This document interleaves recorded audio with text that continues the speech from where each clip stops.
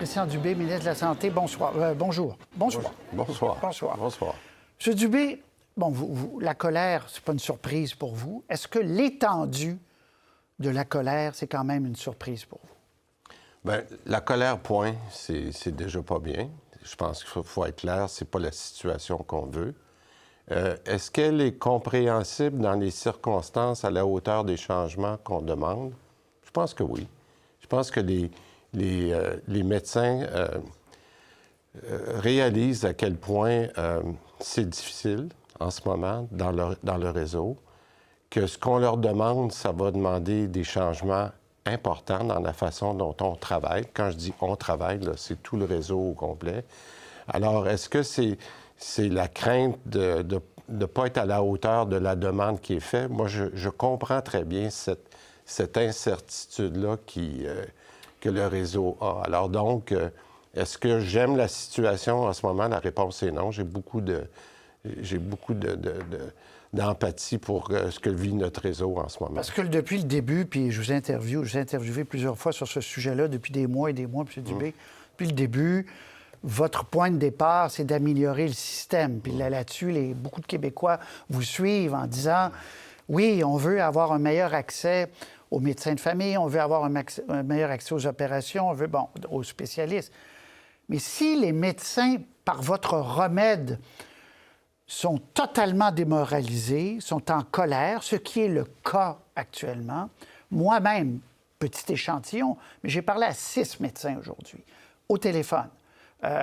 Expliquez-moi, des médecins qui sont réputés travaillants, là, des médecins qui sont réputés, dans certains cas, des bols, là, vraiment des grands experts, qui sont totalement découragés. Par la forme, pas votre objectif, par la forme, de dire... Vous nous enlevez 15 % et vous nous demandez que tout le monde respecte un certain nombre de cibles pour le remettre, le 15 %. Or, on n'est pas responsable de ce que les travailleurs vont faire. 1. Et 2, vous nous enlevez, par exemple, des primes pour la première consultation. Il y a quelqu'un qui m'a dit, c'est 40 % peut-être de mon salaire qui s'en va. Est-ce qu'en voulant bien faire, vous n'êtes pas allé trop loin? C'est une grande question. Oui, mais il y a 2 éléments. Oui, il y a 2 éléments.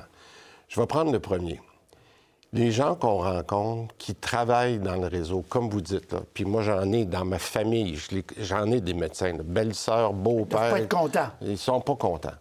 Mais ils sont pas contents, pas parce que le travail qu'ils font n'est pas à la hauteur. Je vous dis, puis tout le monde le dit, quand les gens rentrent dans le réseau, ils sont servis à souhait, de grande qualité par tous ceux qui y sont.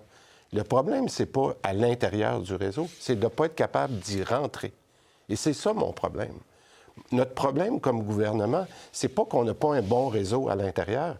Tous les gens qu'on parle qui sont frustrés, on fait pas ça parce qu'ils travaillent pas bien. On fait ça parce qu'on a 1,5 million de Québécois qui sont pas capables de rentrer dans le réseau. Ce qui est aggravé au cours des dernières années, c'est qu'avec le vieillissement de la population, du 1,5 million de personnes qui n'ont pas de médecin de famille, j'en ai 200 000 qui ont des maladies chroniques. Vous savez où ils vont? Ils vont à l'urgence puis attendent 18 heures. Alors, c'est pas un reproche qu'on fait aux médecins.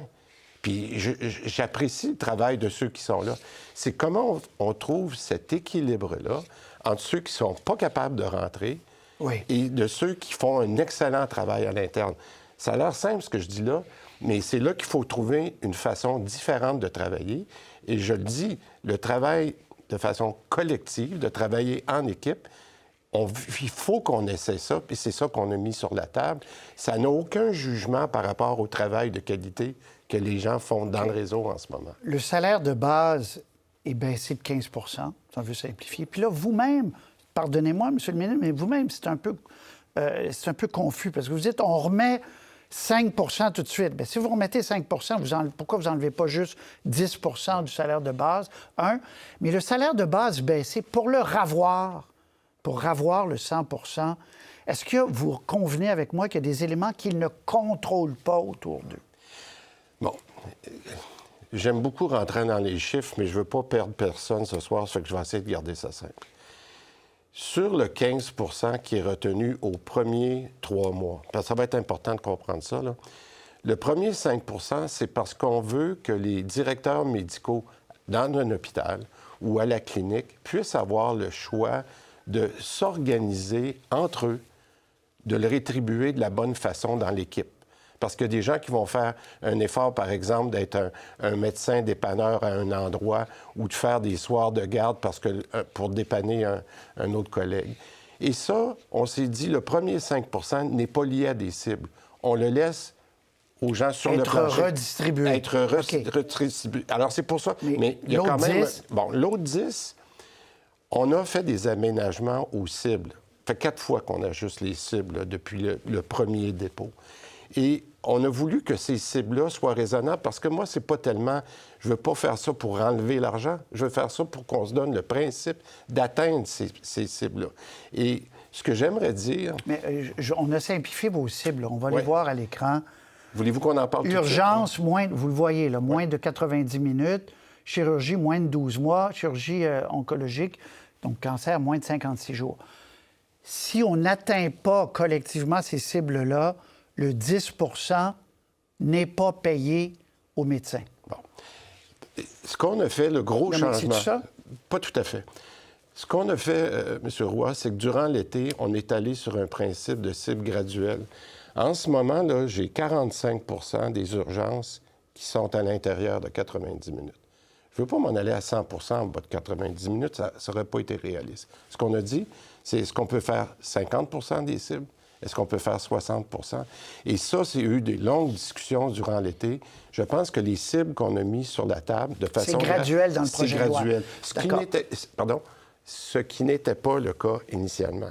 Oui. Mais l'individu qui travaille fort et bien, qui est un modèle, une modèle dans son département, si on n'arrive pas collectivement à ces cibles-là, il est diminué de 10 n'est-ce pas? Non, parce que... Pourquoi non? Non, parce que... Bien, je m'excuse, mais oui. c'est technique, mais je veux prendre le temps de vous l'expliquer. Parce que j'ai des cibles locales qui vont...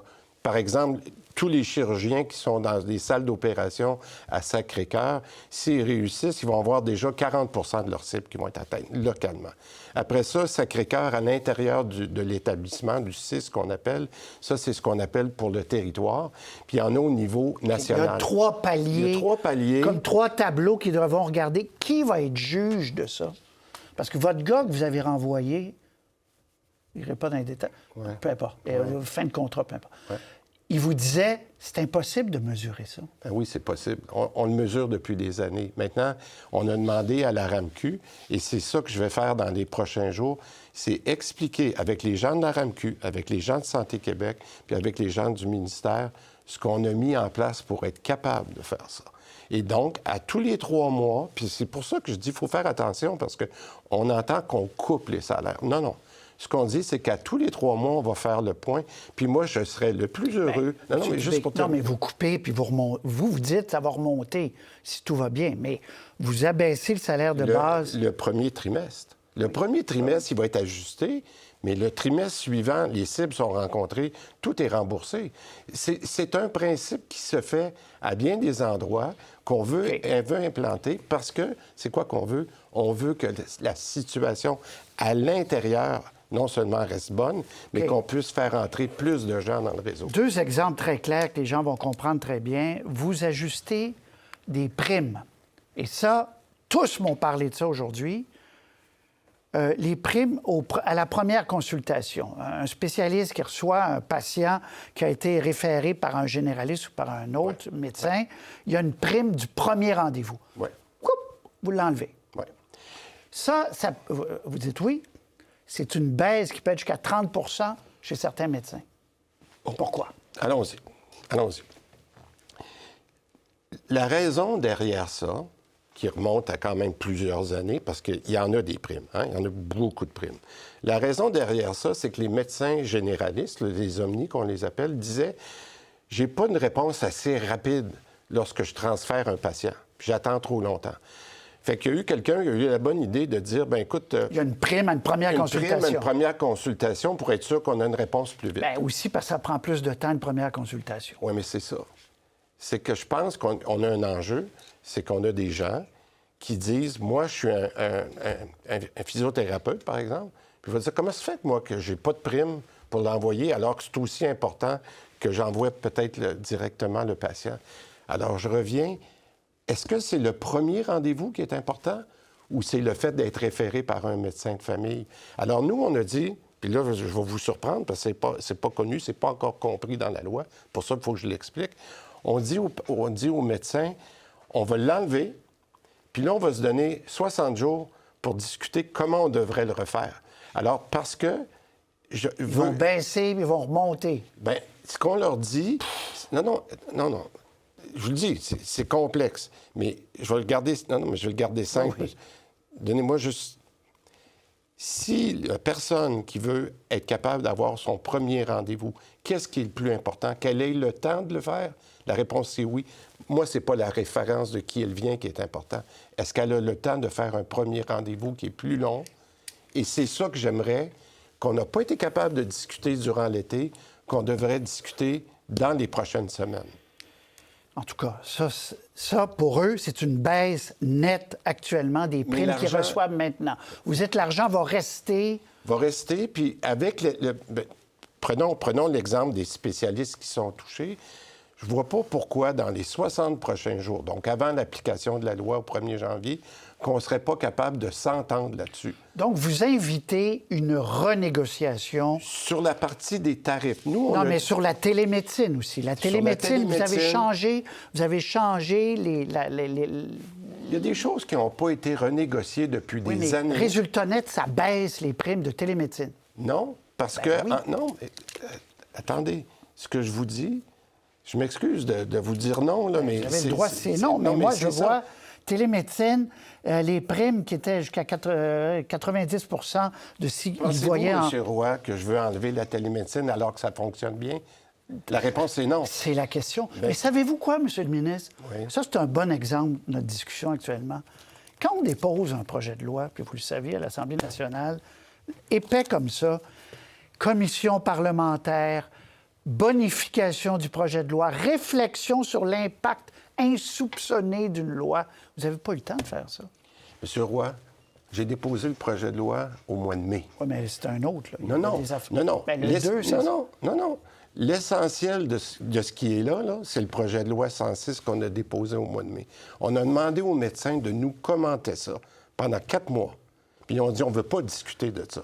On ne peut pas arriver aujourd'hui puis de faire semblant que c'est pas arrivé. Oui, mais là, ils peuvent parce que c'est ce qu'ils font. Alors là, vous dites, je les invite à négocier. Exactement. Moi, je dis, le mode de rémunération où il y a des cibles, le mode de rémunération qui va avoir un accès sur les résultats, ça change. C'est réglé. Mais les tarifs, eux, j'en ai mis un. Il y a un tarif qui est là. Venez le discuter pendant 60 jours. Alors, si, par exemple, pour les premiers rendez-vous, on devrait le donner à toutes les références, on le fera. L'important, c'est d'être capable d'en discuter. OK, 2 choses avant de vous laisser aller. Mon Dieu, il aurait fallu prendre l'émission avec vous.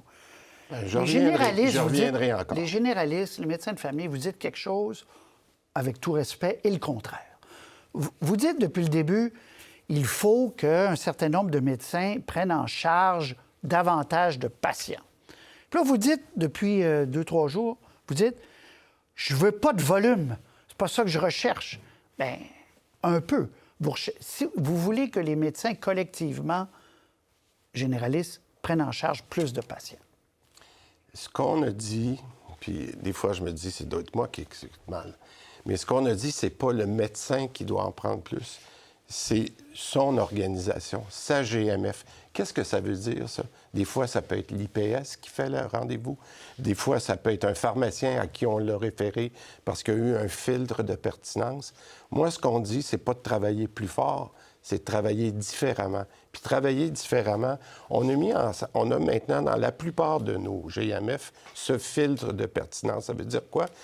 Les gens appellent, les gens disent, voici ce que j'ai. Il y a une réceptionniste qui a maintenant, qui est basée sur l'intelligence artificielle, qui va dire, monsieur, c'est pas le médecin que vous devriez voir aujourd'hui, c'est l'IPS. Oui, mais l'IPS est déjà occupé à travail à temps plein actuellement. Ouais. Si les médecins généralistes, dans votre logique, ne travaillent pas plus, il n'y aura pas plus de Québécois vus. Non, mais ce que je vous ai dit, durant l'été, ils nous ont demandé d'avoir plus d'argent dans les GMF puis plus d'argent dans les blocs opératoires.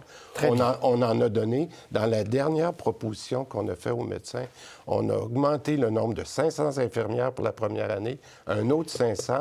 Et pour les blocs opératoires, on a augmenté de plus de 100 millions par année pour les 4 prochaines années. C'était ma prochaine question, parce que ça revient sans arrêt, puis on en a souvent parlé ensemble. Et voilà. Les spécialistes disent, écoutez, M. Dubé, là, vous riez de nous, il n'y a pas assez de salles d'opération, il n'y a pas assez de ci, il n'y a pas assez de ça, on n'est pas assez entouré. Je vais aller à Boston, puis je vais avoir 8 salles demain matin à mes pieds. Je vais aller en Ontario. Il est là le danger aussi, là, de perdre du monde qu'on ne veut pas perdre. Ce sera un échec collectif si on perd des talents. Il ne faut pas perdre de talent. M. Roy, revenons à la base. Depuis un an, on a ramené 5500 personnes dans le réseau, dont des infirmières qui étaient parties à des agences privées. Plus on ramène des gens, plus je suis capable d'ouvrir des salles d'opération. Alors donc, c'est un ensemble de faits qu'on a. Je suis d'accord qu'il faut ouvrir plus de salles, avoir plus d'heures, mais ça me prenait... Le garantissez-vous? Bien oui, on l'a garanti. On a dit qu'on va mettre 100 millions par année parce qu'on a les ressources pour le faire maintenant. Okay. Voilà. Monsieur le ministre, dernier petit point, parce que je m'en voudrais de pas vous parler de ça. Ça m'a fait un peu sursauter. Vous dites, dans le projet de loi, vous encouragez un peu la délation. Là. Puis là, il y a un médecin qui me disait aujourd'hui, je ne peux pas vous parler, M. Roy, parce que peut-être je suis écouté. Vous allez... Voyons. Le projet de loi prévoit des dispositions visant à protéger les personnes qui voudraient faire une divulgation concernant un manquement commis. On n'est pas rendu là, M. Dubé. On n'est pas rendu là. Monsieur... Ben oui, mais c'est écrit. Monsieur Roy, qu'est-ce qu'on a dit? On a dit que cette partie-là, là, c'est comme une partie de loi qu'on va appliquer seulement si on a des gros problèmes. On a dit... Non, mais des gros problèmes, ça pourrait être des gens là, qui, de façon concertée, par exemple, fermeraient une GMF ou des choses qui auraient un impact sur une région ou même sur un hôpital. Ça, là, je peux le faire par décret. Alors, j'ai dit dans la loi, on ne veut pas se rendre jusque-là. Okay. Soyons conscients, là, que moi, je ne veux pas que ça arrive, ça. Mais il faut que j'aie quand même la prudence de dire, si jamais ça arrivait, puis il y avait vraiment des actes concertés pour nuire au réseau, pour nuire aux patients, bien, il faudrait... Et c'est normal dans toutes les lois spéciales que ce genre de terminologie-là soit utilisée. Je vous soumets, M. Dubé, je sais que vous travaillez fort, mais je vous soumets que si la médecin que j'ai rencontrée ce matin qui pleurait part du Québec avec son mari qui est chirurgien, on aura, vous et moi, et les gens qui nous écoutent, perdu quelque chose. Et c'est donc là, vous dites, venez négocier. Il faut qu'il se passe quelque chose pour apaiser. Bien là, premièrement, ce que je me suis engagé, c'est de mieux expliquer le projet de loi. Je ne pouvais pas l'expliquer tant que j'étais en médiation. Vous savez, les règles de projet de loi, je ne pouvais pas en parler. Je me suis engagé à avoir un briefing technique avec des journalistes demain. Je vais avoir des webinaires avec les différentes fédérations au cours des prochains jours. Il faut juste prendre un petit peu de recul puis bien comprendre qu'est-ce qu'on a mis sur la table. Puis je pense qu'on va laisser les choses se calmer un peu. Puis avec ça, on va être capable de s'entendre. J'en suis convaincu. Très bien. M. Dubé, merci d'être venu nous voir. C'est toujours un plaisir. À la prochaine. Au revoir.